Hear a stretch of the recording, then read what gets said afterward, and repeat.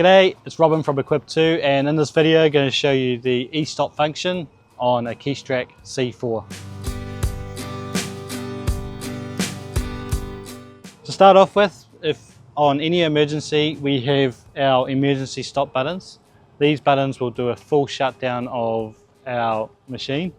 If a button is pressed, it will display on our screen where the button is pressed. We then need to pull the e-stop button out and reset our display. We also have a button on the bottom of our remote.